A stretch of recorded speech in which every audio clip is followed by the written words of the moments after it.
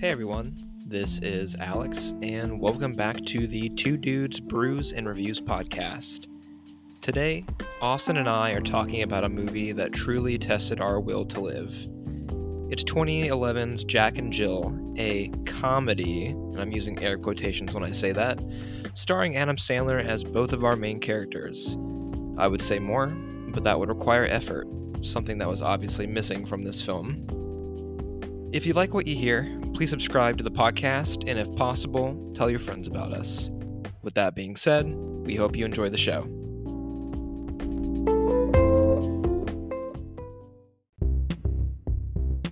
What's up, man? What's going on, dude? I'm about to drink goddamn margarita. That's right, we are. You mixed it for us. A real margarita. This ain't no goddamn mixy drink that you buy off the shelf in a plastic bottle. That's right. We just made the real cocktail with tequila and orange liqueur. And you're drinking a Modelo Negra. Negra. This is my first time trying this. It's very good. It tastes like a lager with like a roasty finish, caramel flavoring at the end. It's only at the end too is the weirdest thing. Because usually when I drink a dark beer like that, like a dark lager, I always feel like it's real bitter on the front half, but it tastes like a Pilsner with like a porter finish. It's not like too sweet. Yeah. That's like the thing I like about it the most. But what's been going on, man? Anything exciting? Wow, that margarita is exciting. I've been playing guitar, turning into a rock god, slowly but surely. And I'm about to build one. I just started it today. I'm like itching to play it as soon as possible. All the parts should be here this week. But like other than that, man, just like work, school, and fucking playing guitar. I don't know. That's all I've been doing.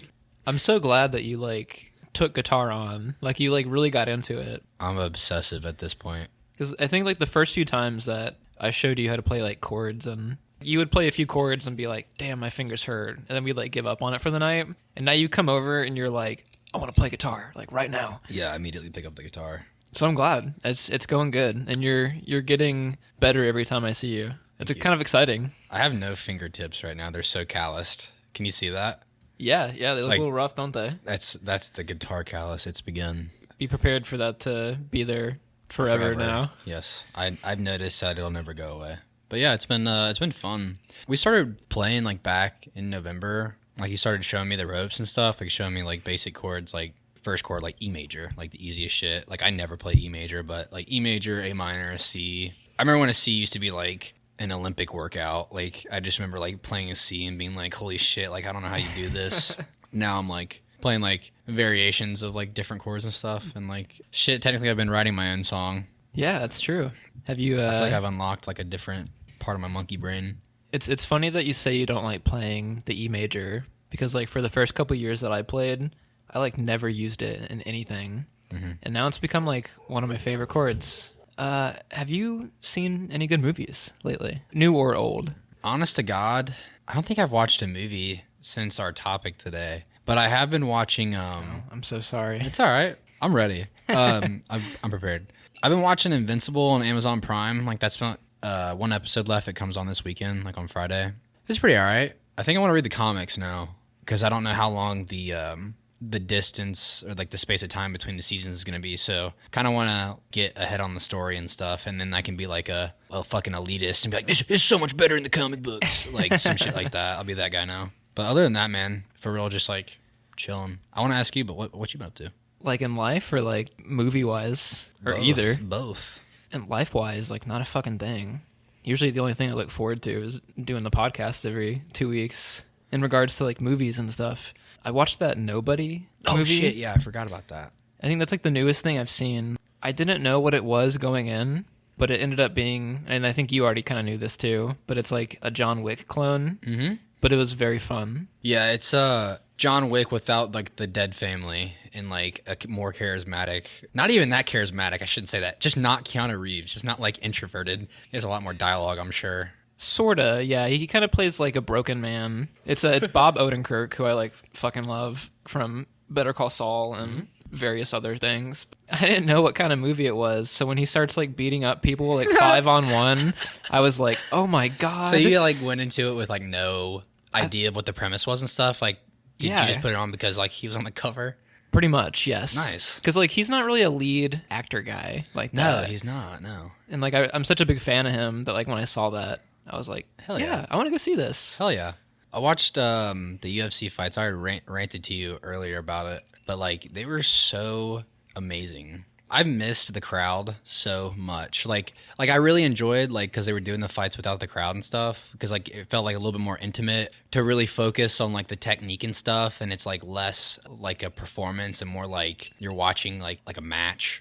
I could see that, like a real like a chess match with like your body. But now like with the crowd back, I'm like I needed this so bad. I made the comparison. It felt like the Roman Colosseum again. Like it felt like I want people to scream along with the sanctioned violence so much. They were great. I really look forward to like all the women's fights and stuff like quite a bit. They were very good. There were like 3 title fights, so it was like a pretty packed event.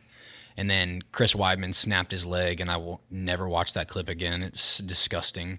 Because I threw the fights on like during that fight, like the aftermath, and I'm like, holy shit, what happened? And I like looked it up immediately, and on Twitter there's already a clip.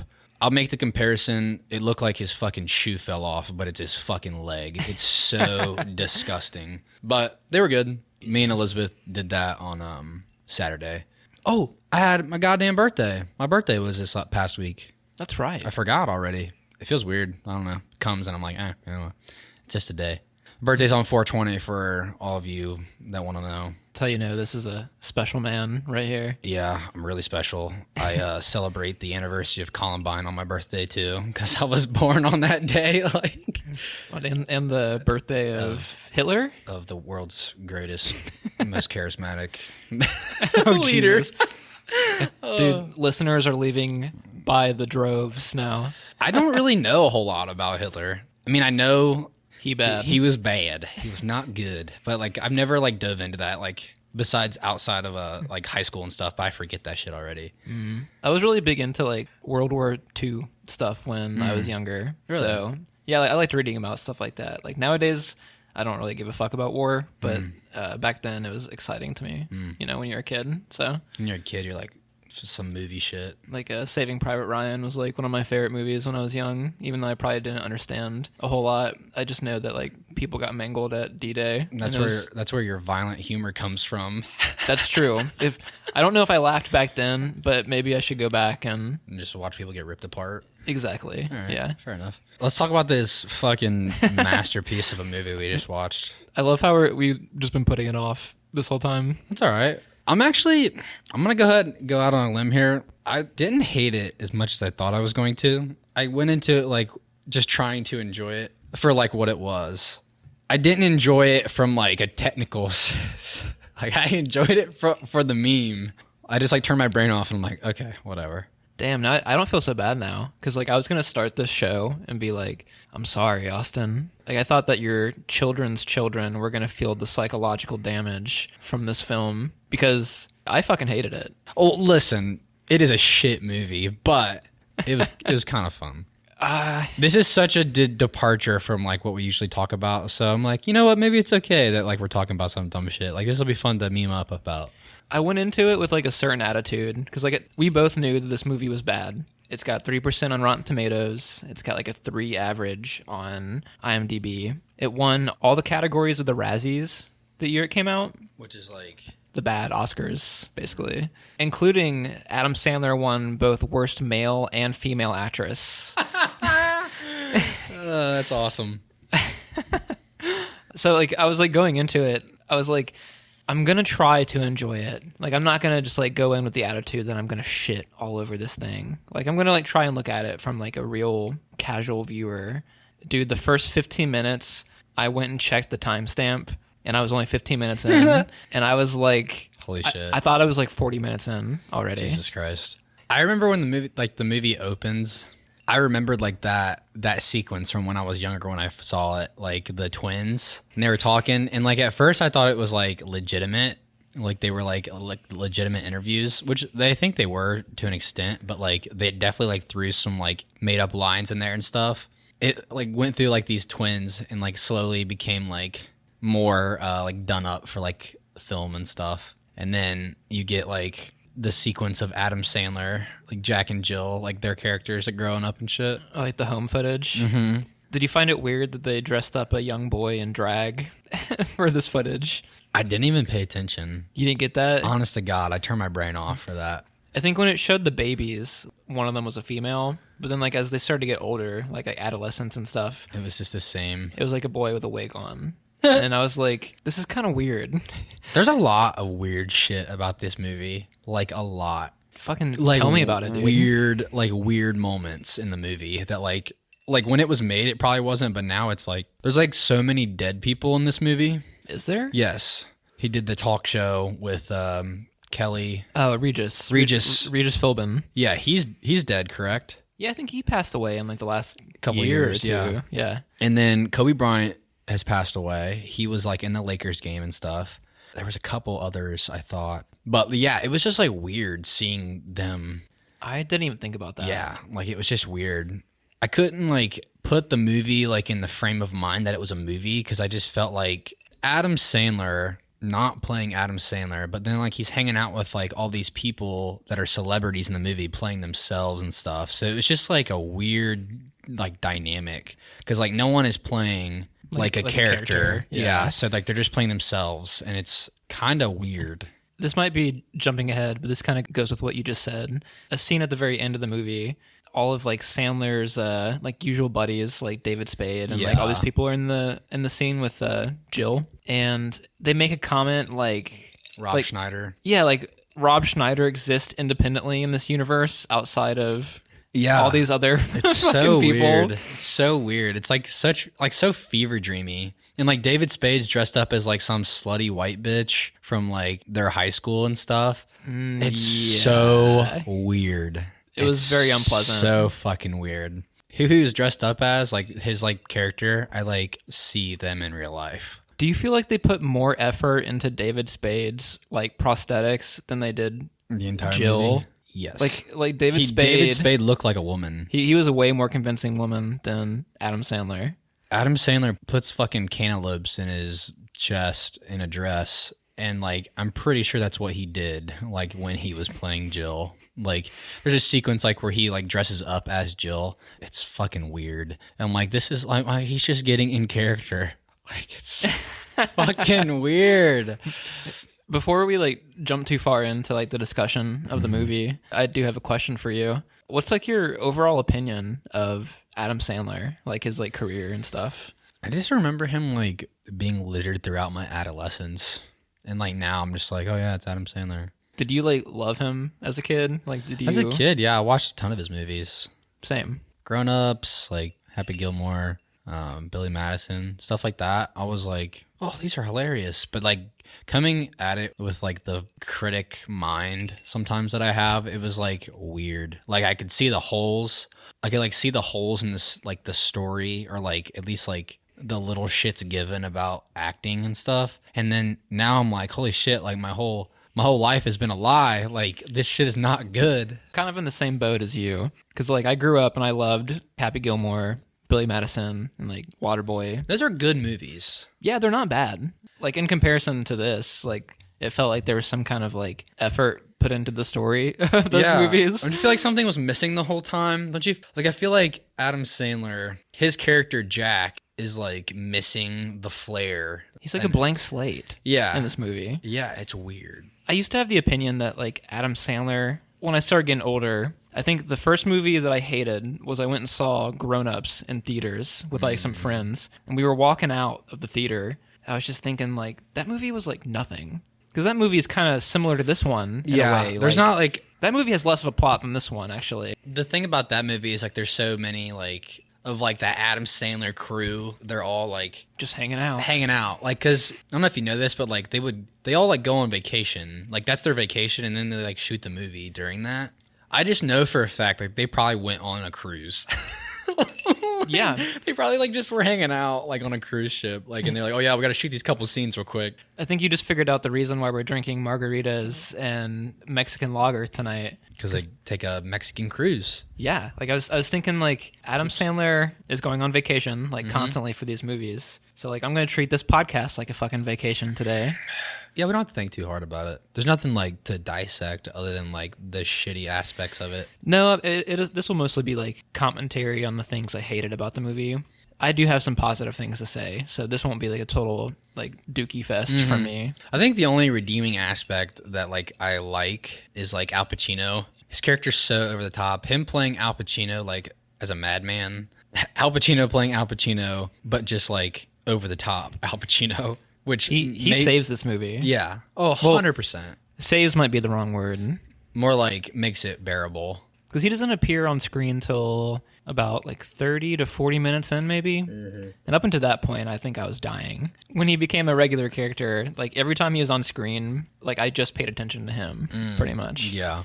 His like over-the-top portrayal of himself, I guess. Just mania. He's like the fucking, his Godfather character, pretty much like all the way through this movie. Like just a maniac. I've never seen The Godfather, and I want to. I haven't either, but I've seen clips of like him playing in that movie, and like he kind of always plays like the mafioso kind of dude. Him and De Niro, yeah, exactly. I want to watch it. I'm sure it'll be a podcast topic one of these days. Isn't part 2 considered better? Yeah, it's considered one of the best movies of all time. Yeah, I'd be interested in watching it because I feel like it's a part of movie history that I'm missing. We could definitely visit that for the podcast one day. Yeah, that and like other like mob movies and stuff. I've seen a couple. That one in particular like is the most popular. Like those two are like, it used to be like one of the highest grossing films, I thought, before like Avatar and like Titanic and stuff. I could see that. I think Godfather 2 was at least. Yeah, like that, and like I want to see like Goodfellas, and like I've yet to see Reservoir Dogs. I haven't either. I'm a sucker for like mafia, like crime dramas. Like that stuff is always pretty exciting. There's a movie I saw. This is such a weird tangent, but like there's a De Niro movie where like he playing the father of like a boy like in the Bronx. I cannot remember what it's called off the top of my head, but like it's a kind of mafia-esque because the kid gets involved with the mafia and stuff. It kind of like shows like his early adolescence into like early adulthood and stuff. I watched it like at like 3 a.m. one night, like at Elizabeth's house on the couch. Like I like had the TV on. It was like on TNT or something, like real late at night. And I remember watching the whole thing. And it was like 5 o'clock in the morning. I was like, why did I watch that? Like it was such a waste of my sleep. You just get caught up in things sometimes. We haven't really gone over the plot of this movie as loose as it is. Give it to me. So Adam Sandler plays Jack Sadelstein. He's like an ad executive. His like firm really wants to get Al Pacino to star in a fucking Dunkin' Donuts commercial. And at the same time he's trying to do this, his twin sister's coming for the holidays. Also played by Adam Sandler. Adam Sandler just throws a lisp on his voice and plays Jill. Oh my God, dude. The first time that she appears on screen and starts talking, I was like, oh no. Oh, fuck. Hey, listen, man. Maybe Adam Sandler wanted to explore that side of himself. This movie's before his time, man. Oh, God. Before his time? It's before his time. It's like that one movie with him and Kevin James. I now pronounce you Chuck and Larry. Dude, I watched that movie like a couple years ago, and like there was so much shit they said, like, you cannot do this today. It would not happen. God, I haven't seen that movie in so long. That came before this one, didn't it? Yeah, I think so. I think that was like in the early 2000s. This one's like 2011, I think. Dude, did you know this movie was made on a $80 million budget? How? Maybe because they took cruises? I don't know. Because like when they go on the cruise, I swear to God, it felt like a commercial for like the cruise line. Did it not? Yes. That's one thing we haven't mentioned yet. Like goddamn product placement in this movie is outrageous. Yes. It's like Transformers level. Have you ever seen like Michael Bay's Transformers, like the original? The first one when it came out. They're all like this, but there's like Pepsi and like Dr. Pepper and like beer, all the cars. It's literally just ad placement around a story. Like that's literally what those are. I feel like Adam Sandler movies have kind of like always done that to an extent. Mm-hmm. Like in Little Nicky, like there's scenes about like Popeyes, and then Click, he gets the remote from a fucking Bed Bath and Beyond. And there's like Hooters references and Big Daddy and stuff. But in this movie, they just like sidestepped all the bullshit and just made the lead character an ad executive. Mm-hmm. So like the very first scene is a Pepto-Bismol commercial. Mm-hmm. Like they're filming it with Regis. And the fucking stomach has all the good lines. Because Regis doesn't want to say he has diarrhea. It's such a weird fucking movie. Like, I don't even know how to talk about it. Like, It's just like it's like a lot of like fever dream shit just in succession of each other. There's a fucking jet ski in the goddamn pool. Like, what the fuck? that's never mentioned ever again. Yeah, like fucking Jill fucking dies, like hits a goddamn tree. And it's like, yeah, no big deal. And like the fucking bird, fucking Poopsie, just like has unneeded like parts. Because they'll like break a scene with Poopsie. She'll be like, isn't that right, Poopsie? And then Poopsie will do some fucking crackhead shit. And then like it's next scene. Like, what is going on? Dude, the bird felt so pointless. Like, why was it here? It's so fucking weird. Like, it gets in the goddamn like chocolate fountain on the fucking like on the Caribbean cruise. I forgot about that part. So weird. It's like CGI bird in a chocolate fountain. Its main catchphrase is, "Where were you?" Yeah, it's over and so over again. Fucking weird. And the homeless dude at dinner, like such an odd way to like create tension within a family. That's like in the first 15 minutes of the movie, right? Yes. I think Otto, the homeless man, was like my anchor for those first 15 minutes. Dude, Otto had more fucking sensibility than goddamn Jill did as a character. Yeah, he did. It's weird because like they just like act in such a caricature way, and where it's like so unbelievable that like the people are like talking like that. Yeah, I agree. It's fucking weird. It's just weird. It's like they're like, yeah, that'll work. Fuck it. How does this fit in the story? And like they just give like a shit effort to like make shit work. Yeah, it's like barely comprehensible because like his family is like the fucking Indian kid who tapes things to himself, Puts a fucking like salt shaker on his head and shit, and like they're like, yeah, this is what he does. and like the explanation is he likes tape. He likes tape, and then since he's adopted, she goes, well, maybe that's why he tapes things, because he feels not connected to his original parents. Like, what the fuck? It's such a fever dream. Like, I feel like I wasted so much time watching this movie. Like, I feel like I'm like, God damn it. Like, we should be drinking fucking Dunkachinos right now with fucking Baileys in them. Al Pacino's the only character that like tries to save the movie, and it's because like he has like some of the only like actually funny parts. Adam Sandler, like his two characters, Jack and Jill, like they just have like one-liners and like just really like awkward conversations that like are supposed to be funny. And then like Al Pacino's like a fucking lunatic, and like it kind of works. And like the way he like tries to seduce Jill is like real fucking weird. Dude, don't let me forget. Like there's so much like commentary on like race and like saying shit that like you can't say, like that is like frowned upon. Like I know it's comedy and like that's what comedy's for, but like it's done in such a like bad way. It was done in the most straight up racist way I think I've ever seen in a movie. Like the gardener Felipe. Yeah, and like he always makes references to crossing the border. It's so weird. It's so weird. When he appeared for the first time, I was so tired of his shtick already. Like, I'm kidding. Yeah. Yeah, like, I know, like, the writers of this movie were probably a bunch of, like, white guys. They're like, let's get this Mexican dude to say racist shit and then just say, I'm kidding, afterwards to, like, lower the impact or something. That's literally how the whole movie was. And they're talking about, like, Jews. They're like, I'm kidding. And it's like, what the fuck is going on here? You can't, like, negate a comment just by saying I'm kidding. I kind of do that though. Not like in a fucking the way this movie does. Questionable. Well, to be fair, this is a movie made by celebrities and made millions of dollars. They don't fucking care. They're part of the problem. Did you watch the Oscars last night? No. Me neither. But my wife kept giving me updates like every fucking 5 minutes. What won Best Picture, do you know? I have no idea. Let's find out. Oscar ratings crashed all-time low. Viewership falls under 10 million for first time ever. I feel like just nobody has cable anymore. Best Picture was Nomadland. That's right. That was a Hulu movie. Minari, The Sound of Metal was also up, like Judas and the Black Messiah was too. But yeah, Brad Pitt produced Minari. Brad Pitt produces a lot of movies now. You know that Another Round won Best Foreign Film? I believe it. That movie kicked ass. The movie was fucking great. Yeah. I'm glad you liked it. Like when we watch stuff that's a little out there, I get kind of worried. I like how we had to like deflect from the conversation about the movie. Like, all right, I'm sick of this. Let's talk about something else for a minute. But like, there isn't anything to talk about. Like, I'm like, damn, this was bad, and I don't want to like be in a negative mood. I think we can keep going. I can keep going on that front. Fuck it. We'll just keep drinking, see what happens. It's such an awkward movie. The comedic timing is so off. Like there's like, you know how like some TV shows or movies will have like a rhythm to the comedy? Yes. Like this movie had none of that. Yeah, like even like shot structure and stuff is like built up. Like it'll be like, oh, here's a punchline, but it's like in the middle of like a scene and it doesn't make sense. Yeah. And then like enter like end of scene, reference to Poopsie, let's move on. Fucking like it's so odd. It's so like half-assed. Like I don't know how this movie got made. I have no fucking idea. I'm sure Adam Sandler probably funded the whole fucking thing. This movie made like $150 million. That's upsetting. Yeah.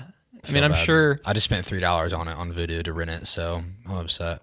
Even that, yeah, that felt like too much. Yeah, like when I watch it, I'm just like, oh, this was like bad. The first scene where like Jill comes to Thanksgiving dinner, I had a bad feeling in the pit of my stomach. I had a feeling that this would be the way every scene goes on from like going forward. Jill and Jack's reactions to each other. Jill does obnoxious thing, and then Jack says like, get out of here, or something. Like there's like Jack's like, I hate you. There's like no clever like interplay between these two characters at any point. And they don't even sit next to each other at the Thanksgiving dinner. Like so you think they would do something clever with like the double kind of aspect of the movie, and they don't. The Nutty Professor is one that does that well because Eddie Murphy's playing like all the characters. Yeah, like that movie has like choreography and like clever set pieces and stuff. And this movie does not. It's funny too because like you said in the first scene, like where they introduce Jill, like when she's getting off the plane and stuff, she brings all her bags. Like that's supposed to be like the joke. There like isn't anything really funny about it. And like on his way to the airport, he's like, I love my sister. I like her shoes. I love my sister. I like her shoes. I'm like, it was like unbelievable how much he hated her. Like it wasn't believable to me that like he hated his sister. Like it was like some sort of like, this is what's going to move the plot along. But like, it's not like there wasn't any frame of reference to why he would hate her. Yeah. And like, then her character isn't believable. So like, it doesn't work. These things don't match up. Like his character, like their character interplay doesn't work together. No, not at all. How long have they been doing movies like this, where like one actor plays like a twin? Forever. The Parent Trap. You ever seen that? Yeah. Like there's a 1960s version, which probably did the double aspect better than this movie that came like 50 years later.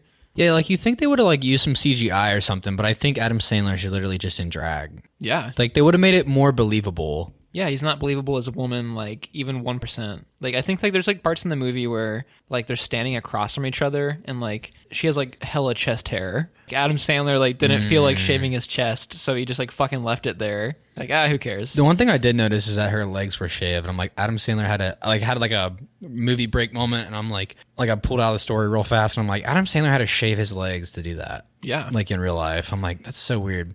Speaking of shaved legs, when I was at Tire Discounter today, I saw a man with his legs shaved, like an older man. Because he was kind of like fit, but like he wasn't like a bodybuilder or anything. But this man had to be like at least in his 60s, and he was like kind of jacked. And I'm like, damn, this dude's calves are big. Like I was just like having a little like internal conversation with myself. I'm like, damn, this dude must lift, like, because he looks pretty old. But then I look down and I'm like, man, his calves are big. And I'm like, holy shit, this man has no leg hair. Why? Maybe he swims. I don't know. He's trying to shave off milliseconds from his lap record. From his fucking lap record that he'll never catch up to because he's in his 60s. I want to grab another beer, but continue. Did you notice, I guess like it's going to be hard to ask this question because you're walking away from the mic for 5 seconds. Every like outside location that was done in this movie was just like obviously green screened. Yes. I think the first time I noticed it like really badly was when Jack goes to pick up Jill at the airport, and like when the bags are behind her and stuff, like the background just looks really fake. And like in the car, it looks like a, what do you call it? Like That 70s Show. Like and a 2000s like sitcom or something. It looks like sitcom set, like having like the car stationary with a moving back. It's so weird. There's one part where they're at the Lakers game. Jack and Jill have their backs to the court so you can see the game behind them. And it's like some of the worst green screen I've ever seen in my fucking life. See, stuff like that I didn't notice because I had my guitar in hand while watching the movie. So I was probably like looking at frets and stuff. That was your way to reclaim your sanity. Maybe that's why I didn't hate it as much. 'Cause I wasn't paying that much of attention. That's probably how this movie was made to be like watched, Like popcorn entertainment. or like don't watch the movie and like not pay attention at all. Like put this in front of your kids while you like try to get some shit done. I was just trying to make sense of like. I think I just nailed my childhood. I was trying to make sense of like the movie's comedy. And I think one of the times where I like really felt like the movie wasn't going to be funny, and I'm going back to that Thanksgiving scene again. The homeless man leaves dinner because he's like, this is awkward. Like, I'm just going to leave. And like Jill starts like berating him saying, I don't even think you're homeless. You're kind of fat. You're Al Qaeda. Yeah, calls him fucking Al Qaeda. Like, why? And like I was like, he has a beard? What's the fucking correlation here? So fucking weird. Like such like unnecessary like punchlines that have no reference to anything. This is good. Do you care if I try a drink of it? Go for it. I love salty beers. Oh, it's salty? It's a ghost. That's very sour. Yeah, kind of salty, right? Yeah, I think I like it. It's Urban Artifact Pinwheel. It's an orange ghost. They're a Ohio brewery. Sea salt, coriander, vanilla bean, and orange. I had a ghost at Pints and Pints, or Pies and Pints. Elizabeth was like, that shit's disgusting. I don't know how you pay money for that. And I'm like, this shit is good. And it was like a ginger lime ghost. And it was so like salty and like tart. And she was like, that's disgusting. And I'm like, this is amazing. You do tend to love those kind of drinks, don't you? Mm-hmm. I like fruited ales and stuff a lot. I like them, but like I feel like after I've had half a can, like I'm good. The thing is like with like pilsners and like normal beers that are brewed with like wheat, or they're like a little bit more hoppy. I just get like my stomach hurts so fucking bad after having too many. I don't know why. It just always does. It always like hurts me. It must be all like the gluten, if there is any present in the beer. It's like fruited ales. I always just feel like wine doesn't upset my stomach as much as like beer does. Really? Yeah. Huh. Like stout destroys me. It's delicious and I love it, but like it wrecks me. I've never noticed that. I always defer away from them after like a couple of drinks because I'm like, this will hurt me if I keep going. It made me sick. At least you're self-aware. I hate being so self-aware. It's like it's a double-edged sword, dude. You're much more self-aware than Jill Saddlestein answering the phone at the movies. Jesus, like shit like that. It's like so unbelievable. If anybody did this in real life, there would be a mob. Like someone would kill her. I would kill her. Do you know what pissed me off about the scene? There's multiple things, but they're trying to play up this whole like twin magic storyline where Jack doesn't want to admit that he's in tune with his twin, but they're at the movie and they're both like doing the exact same choreography at the same time, which I don't think is something that twins do. Like this is not like what they do. They're like trying to draw a comparison between like they're so similar, but Jack's character like wants to like denounce like how similar they are. Yeah, and, like how much he loves her. Like he scratches his nuts, but she scratches her fucking cooch. I was also annoyed by everybody that's sitting in the row, like his whole family. They all have like sodas and popcorn, and they all have like the Coke logo perfectly facing outward towards the camera. Yeah. Like they're like symmetrical. And then Jack goes off on Jill about answering the phone at the movie theater. His family is mad at Jack. Yes. For being the sensible one. Like, be nice to her. They do that the whole movie. Be nice to her, even though she's being like, I don't even know. Like, that's not even a real person. Yeah, Jill is especially bad, but like neither of the main characters in this movie are worth a fuck. Jill is rude, loud, obnoxious, unself-aware. Jack is like just so meh. Jack is like a defeated man with nothing to be defeated about. Yeah, like he's got like a good job and a family, and he just has this like totally like bleh personality the whole movie. Yeah, and then he hates his twin sister. That's the most unbelievable character in the world. The first time that you get the signature Adam Sandler, I think we joked about this at work one time, where like he's always like, "All right," yeah, like they barely have a fight at Thanksgiving dinner about like she wants to sit next to Jack, and like then they have this stupid conversation about like, well, if one twin feels some pain, then the other one feels some pain. Jack hasn't been that annoyed so far, but he gives the I hate you being around. Like, it was so unbelievable. Yeah. Like, in every fucking way. Like, they don't, like, build it up, his disdain well. He just, like, goes from, like, 0 to 100 real fast. his wife should have like really lambasted him before Jill even got there and said like, you better get along with your sister. And so like that tension can rise to where he's like kind of faking it so his wife will be happy. But then he finally hits that point where he like yells at Jill. And like it could have like some weight to it maybe to like drive the story forward, but like it's just like like it doesn't, like it just feels like this is normal for them. Let's just do it in the first scene. Fuck it, why not? And then like he'll apologize, and then it'll happen again, and then this process will go over and over again for like 4 or 5 times till the end of the movie. There's no weight to anything. Yeah, it's weird. It's fucking weird. Like, how does this shit get made? Even the main storyline of like Adam Sandler, it's gonna get confusing because he plays 2 fucking characters in this movie.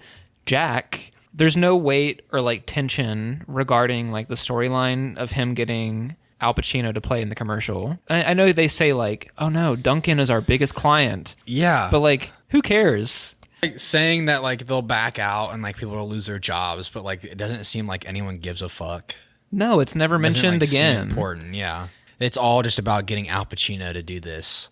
And like then they have to go to the Lakers game because it's rumored that Al Pacino will beat the Lakers game. You have to like intercept him while you're there. Yeah. I'm like, can't you just have like a fucking agent call his agent? Like, it's so fucking weird. I didn't even think about that. Yeah. Like it's solely dependent on Jack to fucking hunt down Al Pacino to get this to work. Like, isn't he like a head honcho at his job? Like, shouldn't he send like Nick Swartzen to go do this or something? Yeah. Or like Tim Meadows or like one of his like little lackeys? But no. Jack has to do it. I'm going to say one positive thing. At the Lakers game, there's a scene with Johnny Depp and Al Pacino. And like Al Pacino is under disguise because he had like a mental breakdown on stage while he was performing. It was like some Shakespeare play. Like I think Hamlet it was like Hamlet or like Richard III or something, which we haven't mentioned yet, but Shakespeare stories often have an element of cross-dressing to them. So I wonder if that was like an intentional thing. Bruce Jenner was in this as Bruce Jenner, now Caitlyn Jenner, but she was Bruce Jenner at the time. I heard that, but I didn't know like where he appears. He appears. He at the time was like on stage. Oh, for real? Yeah, like it's so like quick. Like there's just this shit is so left in the like the early 2010s, and like in today's climate, like shit just doesn't work the way it used to. It's fucking weird. I'm not gonna get all political in this podcast or anything, or like give my opinion about anything, but it was just weird to see the difference in like our culture back then. That was like only 10 years ago. I know. I was a baby. I actually had, I don't want to say a laugh out loud moment, but like a what's that laugh you do when you like breathe through your nose? What's that called? Like a snicker, a chuckle. Yeah, I guess. Like the lowest form of laugh. But like slightly amused laugh. Al Pacino's trying to stay undercover because he doesn't want people to know he's there. And they do the celebrity cam at the basketball game. And like the camera starts to pan towards Johnny Depp because like Johnny Depp's not in disguise. But then it starts slowly panning over to Al Pacino and it zooms into his face. And then it says Al Pacino on the Titantron. Yeah. I laughed. Yeah. I thought that was funny. And he's just like sitting there with the blank face. Like, doesn't Jill like call him like a terrorist, or like is he like? I think Jack says that he looks like Bin Laden. Yeah. That's right. A lot of Al Qaeda. Was Bin Laden dead at this point? I don't remember. I think he died in like 2014, early 2000s during Barack Obama's like second term. Okay, so it was after 2012. They've been like 14, 16, something like that. That part made me laugh. Yeah. And I also it was like the lowest common denominator, like visual gag. But when Al Pacino sends his phone number to Jill, like with like writing on a hot dog, and it's like ketchup and mustard. Yeah. That didn't get an out loud laugh from me, but you're amused. I was like, yeah, that was all right. I laughed when the cruise ship bathroom attendant touches Adam Sandler's boobs as Jack, but then later it's Jill, and then he touches Jill's real boobs, and she like punches him through a fucking door. Like also they played up the fact that like Jill is like some like fucking Hulk strength. Like it doesn't make any sense. Like punches a bathroom attendant through a fucking door and then like lifts more than these bodybuilders on the cruise ship's gym room. Like, and then like the fucking bodybuilders can't lift as much as she could. I think it's fucking funny. Why is it established that Jill is so strong? I don't know. Because, like, you know how, like, there's other twin movies, but there's also other movies where, like, men dress in drag, like, under disguise as a woman. It would have been funnier if, like, Jack had to dress up as Jill and went on the date with Al Pacino as fake Jill. And maybe they went to the gym and, like, Adam Sandler, like, the man version, started, like, lifting the weights, like, not realizing that he's, like, giving his identity away. That would have been, like, a funny gag. Jill is just, like, incredibly strong for no fucking reason. So strong she can knock a man through a fucking door. and lift. Why? And lift, like, 300-pound curls. Like, it doesn't make any sense. No. God, Just damn fucking it. fever dreamy, man. So many weird aspects of the movie, back to back to back to back. Like, there isn't a scene in the movie where I'm like, oh, yeah, that works. No, not at all. Yeah. Okay, you mentioned the Indian kid taping the salt shaker to his head earlier. That could be a funny gag. Like when Jill is like, these like sweet potatoes need some salt, and she like, Fucking uses his goddamn head. That would be funny if that scene wasn't so soul sucking beforehand. Yeah. Like at that point, I did not want to laugh at anything. There was like no like the camera doesn't even like, it doesn't like give focus to like visual gags and stuff. It's just like, oh, here's this like in the middle of this shit scene. Yeah. And like doesn't give like any time to breathe. Hey man, you did this to yourself. When I recommended this originally, I was thinking like, this is going to be so fun to like shit on this movie. This is exactly what I knew was going to happen. We're going to be like, damn, this sucked. And when it came down time for like me to actually watch it, I kept putting it off until like, I didn't watch it till last night. And I know I watched it last night too, yeah. I was going to watch it much earlier, but like I just kept putting it off. And when I finally sat down to rent it, I had this like hole in my stomach. Like, I really fucking have to watch this. You're like, I have to waste my time and money on this. Yeah, I feel ashamed. It's all right. I knew this was going to happen. At least you can test the waters with it. May never have to do it again. It's such a ass movie. Like, there are shitty movies that are hilarious. Like, there are movies that are so bad that they're good. This is not one of them. Oh, what's a bad, shitty movie, but that is ended up being pretty good? I can think of, like, Seth Rogen movies that like aren't even that great. Like Pineapple Express like kind of sucks ass, but it's kind of funny. I would say that's an unpopular opinion, but I don't like Pineapple Express either. I think of movies like The Room. Yeah, it's like shit like that. That Perfect movie's example. hilarious. Exactly, but it's meant to be serious. I thought this movie would be so bad it's good, but like it was hollow. I felt like, sad and embarrassed for everybody that was on screen most of the time. Like you couldn't laugh at like poor attempts at like a good movie. I remember like trying to guess what the movie was going to be, and I was like Battlefield Earth with John Travolta, and you're like, no. But like I feel like we watched that, like we could like actually have a laugh at it. But like this movie, it's like I just like felt like something was going on in Adam Sandler's life at the time. I felt bad for him. Like it really was sad. This movie like kind of fucking raped me as a viewer. Like I just felt so disgusted. Like It's so funny, dude. You started the show and went, this wasn't that bad. Now that we're sitting here, because I have to give it more fucking energy. Exactly. Like that's what the show's for.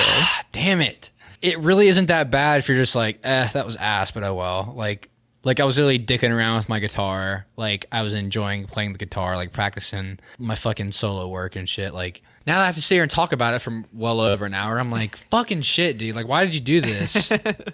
Like I came into this to be like, we're gonna be fine. Like I'm gonna tell you what I like, and it's gonna be fine. But now that we're sitting here dissecting this shit, I'm like, fuck, man. I just got ass raped by this movie, and like I'm not happy about it. You know what really made me like really mad during this movie? We always have these like scenes where things get really annoying and like everybody's yelling at each other and Jill is shrieking like a fucking parrot. Then it'll go into the scene where like the family is trying to accept Jill for who she is, and this like sentimental music will start playing. Like the audience is supposed to have an emotional reaction. Anytime it did that, I was like, this is so fake. Other Adam Sandler movies kind of do this, where like there'll be like a fake feeling of sentimentality, but this movie like doesn't even try to actually accomplish that. You know what I mean? This movie like kind of shows the formulaic qualities of Adam Sandler movies. You just see all the holes in it. It's like stripped down to like the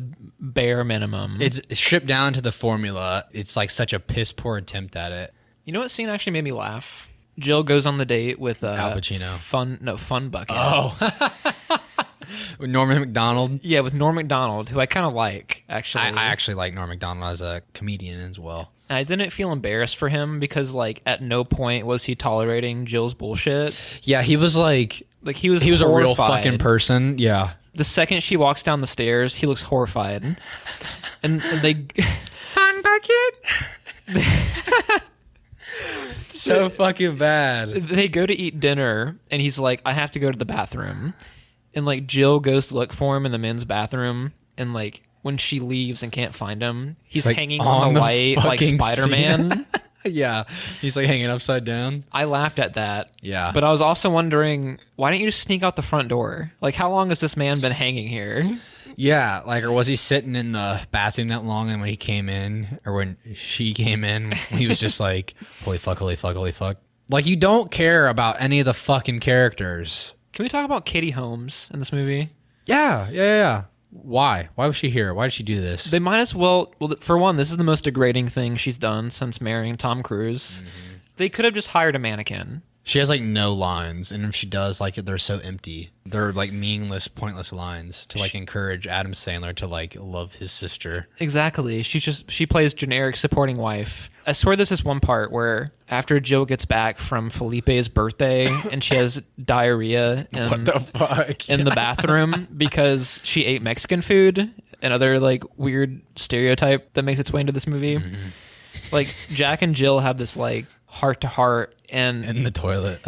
As soon as they make up, the camera pans over, and like Katie Holmes and the kids are just like standing there, like they've been there the whole time, and they're teared up about it. And they're like clapping and going like "Yay!" And I was like, "This is so fake. This is so weird. What the fuck is this?" I saw Katie Holmes in New York City. You did? When I was younger, yeah. I think I was like 14 maybe. And we were like walking around the city, and like Katie Holmes like was being followed by paparazzi and stuff. And then like she had like these big sunglasses on and like a big hat. They were like, "Holy shit, that's Katie Holmes!" And like we're like, "Holy shit, that is Katie Holmes!" Like she was across the street. She's in Batman Begins, and she like never returned as Rachel. It's real weird. I don't know why. I remember that because I don't know why. A totally different actress plays Rachel in the Dark Knight. Fucking dies. Jill stays in Los Angeles. Yeah. Because she has this like to-do list of things before she leaves. So we get this weird montage of her going to like, it's like a fair or something? Yeah, and like they go to like get American Girl dolls and shit, basically. Yeah, this felt like there was no point in any of this. But this filled like 3 minutes of the movie, yeah. Like Jill kills a pony because yeah, she like fucking kills an animal. It's fucking like its legs collapse, like not how a fucking horse can lay down. That's so fucking weird. And then she goes on The Price is Right, knocks herself out with the wheel. The fucking wheel, $1. Which makes no sense because like what aspect of the wheel would like hit you on the head that easily? Like I don't fucking know, dude. This movie is so fucking weird. Like fucking Price is Right people probably like paid for like that advertisement to like probably help the budget. I feel like I'd pay to not have my brand featured in this movie. I felt bad for Drew Carey. He didn't even look like Drew Carey. He's lost a lot of weight. No, not even that. He like a weird sideburn going. It seemed like he did not give a fuck about being in this movie for like the 5 seconds that he was. He acted like Drew Carey if like a really weird fucker was on his show. Yeah. Can we talk about some of the other weird guest cameos in this movie? Sure. We've already mentioned Regis Philbin. Mm-hmm. Also, Shaquille O'Neal. Yeah, he like appears like doing like an ad that like makes him look like the boxing promoter from like Mike Tyson. Whatever that fucking guy's name is. I might have gotten like a little chuckle out of this because he's like promoting ham and he's wearing a wig, and like Nick Swartzen is like, well, it was Shaq's choice to wear the wig in the commercial. We also have Jared Fogle, renowned child molester. That too. See, like shit like that. That's what I was talking about earlier. Like shit that like happened since this movie came out. Yeah, just weird shit. Did he go to jail or like prison? I assume he's in prison right now. Moments like that, like people popping up. Kobe, Regis Philbin, and like Jared from Subway. In the same scene, we get the ShamWow guy. Yeah, that too. I might be wrong, but I swear to God, I think he's in prison right now too. Is he really? Well, I think he like beat up a woman or something. I don't know. Oh my God. But Adam Sandler really knows how to pick him. Jesus Christ. Yeah, man. Like just This movie's cursed for real. Do you remember the puppeteer in the very beginning that like references Sesame Street? Wait, what? Puppeteer for the stomach. Yeah. He's like, I have to be on Sesame Street at 2. What about him? That's Dana Carvey. Are you familiar with him at all? He did a bunch of movies in like the 90s and 2000s, and he had like his own TV show. He came out with this movie called Master of Disguise, and it was like a huge flop, like critically and commercially. And this was his first role since 2002. What a step up. It was in this fucking movie. Like, I feel terrible for the guy. Probably hasn't acted since. Probably not. He went on another 10-year hiatus. Sabbatical. Yeah. Jesus Christ. I want to know whose house like Al Pacino was in, if like that was like his real home. I doubt it, but like, can we just say that like Al Pacino, his whole thing was like since she is from the Bronx, like he's automatically attracted. He's like, you are the woman that's going to bring me back to my roots. This made no sense to me. Yeah, I was like, what the fuck is going on? If that's what you want, go to the Bronx. Go to the Bronx, yeah. I did find it funny that the first time that Jill and Al Pacino are in the car together, he's like, I don't know where I'm at. Oh my God. So he's like, let me just press a panic button, and it like lights up this house. Yes. He has so many houses that he can just press a button and be like, oh yeah, there's one of my houses right there. Like that was like, I interpreted it as, oh look here, we're at our house or at my house, because she was like, they were going to the bakery. She's like, this isn't the bakery. He's like, there's a bakery inside. Don't worry. I figured it was just like, he's so rich that I'm sure that too. He has hella houses, and he's like, oh, here's one right here. Like, we'll just stop. I don't know. I thought it was a setup for like his weird like sexual desire to like get in Jill's pants. Why did he have Jill play baseball in his library? Yeah, like stickball. Like, this felt really like contrived. Go on, just like hit this ball. She like breaks his singular Oscar, and she's like, you got more, right? Actually, no, you think I would, but I don't. But I have you. Like, what the fuck is going on here? They kind of got a smirk out of me. I should have more Oscars, but I don't. Like, okay, that was all right, I guess. What is this Oscar for? Let's find out. Probably The Godfather. You're probably right. No, he got Best Actor in Scent of a Woman. And he got nominee for like everything else. He got nominee for The Irishman and stuff was his last one. He won for a movie that I've never even heard of. Exactly. Can we talk about Felipe's birthday party? It was the most beautiful thing. Apparently Jill is like really good at soccer. And dancing? Yeah. And like overpowering a fucking macho Hispanic man. The racist Mexican stereotypes really were holy shit in this scene. Oh my God. Dude, the grandma, they had to revive her with peppers. And they kept saying, jalapeno, jalapeno, jalapeno. But they weren't even fucking jalapeno peppers. No, they're chilies. Yeah, I'm like, what the fuck is going on here? I didn't understand why the grandma like had resentment for Jill like right off the bat. Yeah. Like they kept like I hope that's not a real person. I'm sure it's like prosthetic or something. Dude, but it looked like the fucking grandma had like acid burns. Yeah. Like it was weird. And then the movie plays up like her getting concussions basically as like comedy. And they have to revive her with jalapeno peppers that are red chilies. Like, what the fuck is going on? Felipe is going around and like introducing his family. And he's like, this is Juan, and this is Juan, and this is Juanita. Juan Jr. I'm just kidding. I'm kidding. She's like, oh my God, there's a lot of wines. Yeah, bro, what the fuck? Dude, this movie has not aged well at all. Like, first off, it's ass to begin with. This movie didn't age the second it was, like, put on film. Dude, there's so many, like, people that are in jail, dead, and then, like, on top of that, it's a shitty movie. It's a cursed movie, I'm telling you. The scene where Jack and Jill have their birthday party, I found this really odd. Yeah. Because, like, it's like a surprise party, and all of Jack's, like, big shot friends advertisement people are there. Nick Swartzen is bugging Jack, so he says, hey Jill, this guy's an atheist, to get him off his back. And it leads to this random fucking white old man coming in and saying, you don't believe in God? It's so insane and unrealistic and not funny either. And like he like wants to beat his ass. Like he just starts yelling at him, and then everybody randomly starts yelling, fight, fight, fight. And then they bring out the birthday cake and they're like, oh, happy birthday. Like they immediately transition from like fucking mob mentality to like, oh yeah, we're gonna sing happy birthday. This could have been a funny gag. If this was in a better movie, I think like the transition from like hostility to singing happy birthday could be funny. but like the reason why they start wanting to fight is so like convoluted and fucking stupid and out of nowhere. Or like you could like at least have them start fighting and then like make up right in the middle of the happy birthday song. Like it would have been like at least a little bit more enjoyable. Yeah. It's just fucking weird. Dude, there isn't a redeemable quality. Christ almighty. Okay, so Royal Caribbean Cruises. Uh-huh. I think I said this earlier already, but when they first go on the cruise, it feels like a commercial. Yeah. Like the camera starts panning around the cruise ship, and then it goes first person into like, and like this guy's like, "Welcome to Royal Caribbean Cruises." It's so fucking weird. It's like so obviously like An product advertisement, placement. yes. And then Jill is like going up to like all the things on the cruise ship, and she's like, "Oh my god, they have a pool on the cruise deck. ship."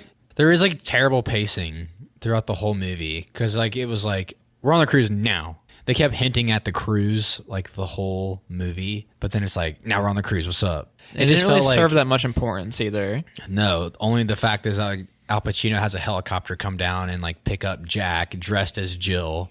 And then how does Jill get the fuck home from the cruise ship? She went home like after their Their argument. Yeah, like while fucking Jack dressed up as Jill talking to Jill. It was such a weird moment. And then like she goes home somehow. How does she get home? Like did they drop her off in fucking Mexico? Like there's multiple points where I wondered the same thing because she runs away from Al Pacino's house too, and he's like, "You don't even have a car." She's home. She just ends up in the woods, and Felipe finds her near the house. Yeah. Like near the garden. And then like the homeless man is sleeping out there apparently. and he tries to eat poopsie. She flew into my bread. Ha ha ha. Hilarious. Yes. I feel like we've put more work into watching and talking about this movie than what went into making it. I mean, yeah. Like, I don't want to ever do this again. How does this movie wrap up? I feel like we've like kind of loosely talked about everything, but like, yeah, like Jack comes back like during New Year's. But what causes his change of heart? Because he fucking his dressed talk? up as her. Well, he has like a talk with like Al Pacino. He like gives some kind of advice, is like heartwarming to Jack, but it's directed towards Jill. And it causes him to like have like a change of heart. And then like he goes back to the cruise ship, and then they're like, yeah, she left or went home. And then like she's back in the Bronx, and then she's at a bar celebrating New Year's with fucking a picture of her mom. Enter David Spade and like the rest of the crew. And then actually she's not alone. They're like, "Are you here alone tonight, you loser?" Like David Spade. And I'm like, oh my God. Enter Adam Sandler as Jack. Her family's here with her. For some reason, David Spade wants to fucking fight Jill. David Spade attacks Jack's wife. Jack's wife. Like, what the fuck? I was so confused when I this was happened. too. And they're like, yeah, it's why? okay. It's cool. Not a big deal. We'll just fucking skim over that real fast, like the rest of this shit in this movie. And then they do like some fucking weird twin shit. And then fucking enter... Talking in their secret language. Yeah. And We haven't mentioned that Oh my yet. God, that shit was cringe as fuck.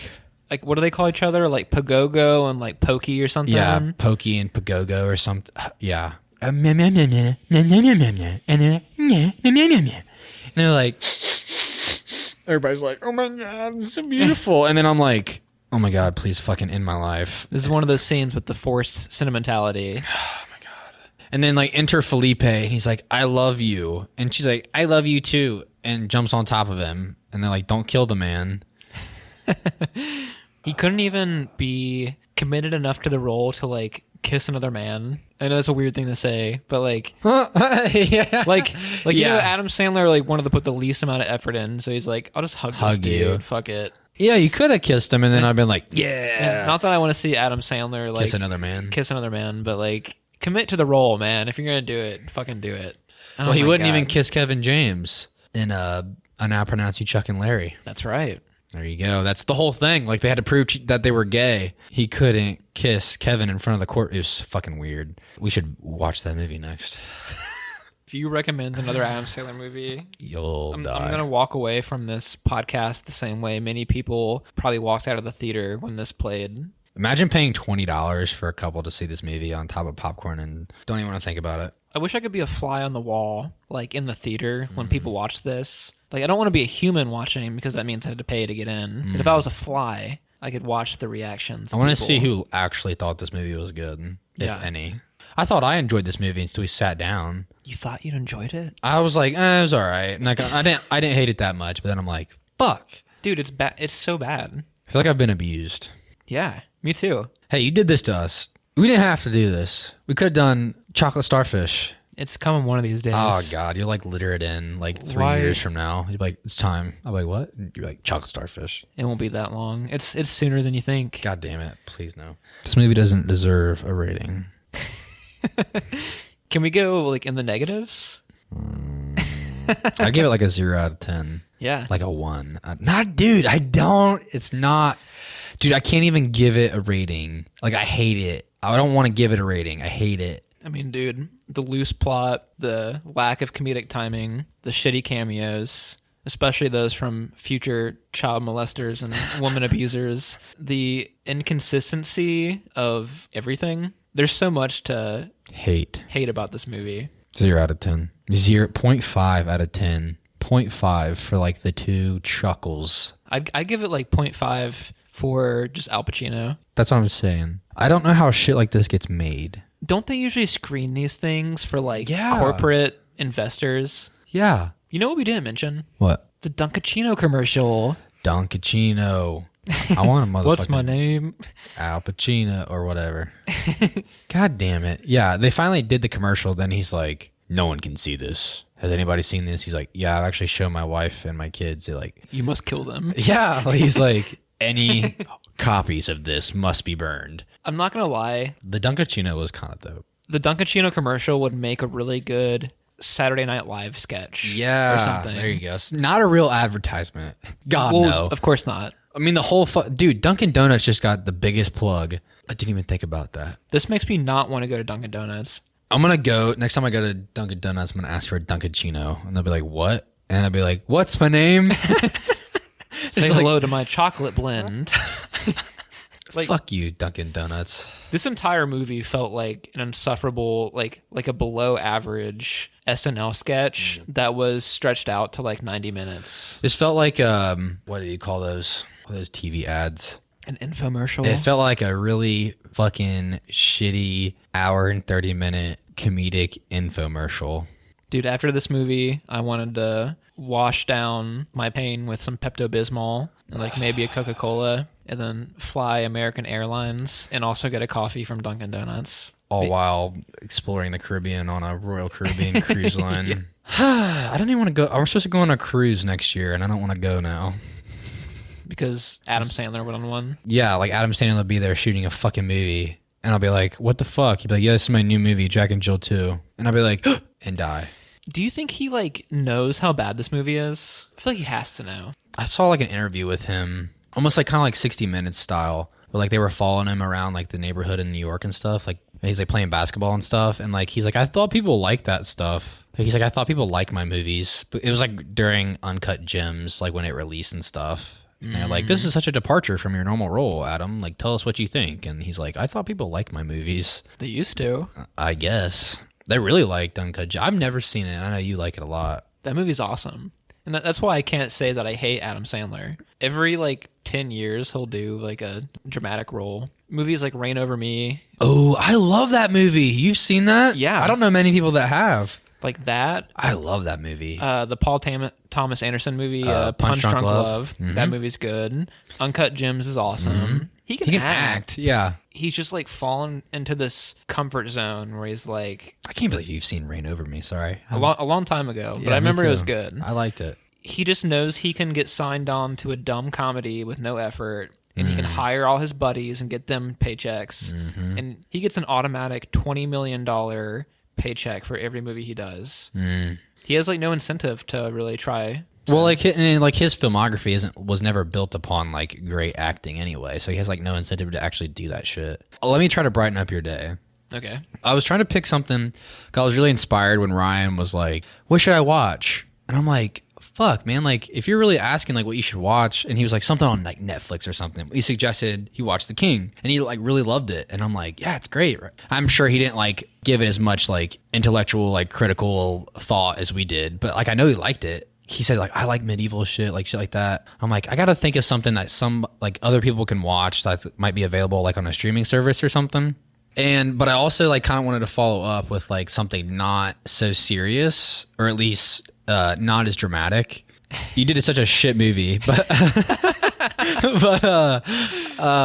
I'm like, I need to do something not like in the realm of like existential fucking drama movie. So I picked Wes Anderson's Isle of Dogs. I saw this in theaters. I would love to revisit it. Yeah, I haven't seen it in a couple years. It's pretty lighthearted as far as like tone, and I thought it'd be like interesting to talk because I've always wanted to talk about one of his movies anyway because of his directing style and stuff. So we'll visit that movie next. That sounds exciting. It's on Disney Plus. I almost did Fantastic Mr. Fox, but we've probably already talked about it plenty, I'm sure, between us. And so we'll do Isle of Dogs. That's also on Disney Plus. So whenever someone asks us what to watch, I'll be like, hey, do you have Disney Plus? Watch Isle of Dogs is on Disney Plus? that and Fantastic Mr. Fox, yeah. I had no idea that it was on there. Mm-hmm. I was shocked too because me and Elizabeth watched Fantastic Mr. Fox through the streaming service. So yeah, man, we'll visit that next. And I don't want to jump straight into like just like something like morbid. Or anything. Yeah, because we'll go there, I'm sure, next, or I'll try to do an album. Yeah, okay. I feel like I have to like atone for my sins for like my next recommendation. I've got the bullet in the chamber already. I know what I'm gonna recommend to make you respect me again. Okay. I think I already know what it is. I'm not gonna take a wild guess. I'm gonna keep it in until next podcast. Okay. I like trying to guess what your suggestion is. Don't guess until like we're sitting here. Yes. And it's my turn to. That's what I'm saying. I'll be like, here it is, and you'll be like, fuck. When I nailed the Beatles on the head, I was like, I'm a wizard, Harry. I think you guessed the Kid A one too. So. Did I? Yeah, like 2 weeks prior before I even fucking recommended it. Oh yeah. So I'll wait. I'll reveal my hand of cards, my suit next time. So dude, Isle of Dogs. Okay. Yeah, we won't feel raped by this one, so it'll be fine. Yeah, this will be like a recovery. This has been fun. If you guys enjoyed the show, please like and subscribe. Tell your friends. Tell your mama. She'll love me cussing her ears off. And until next time. Adios.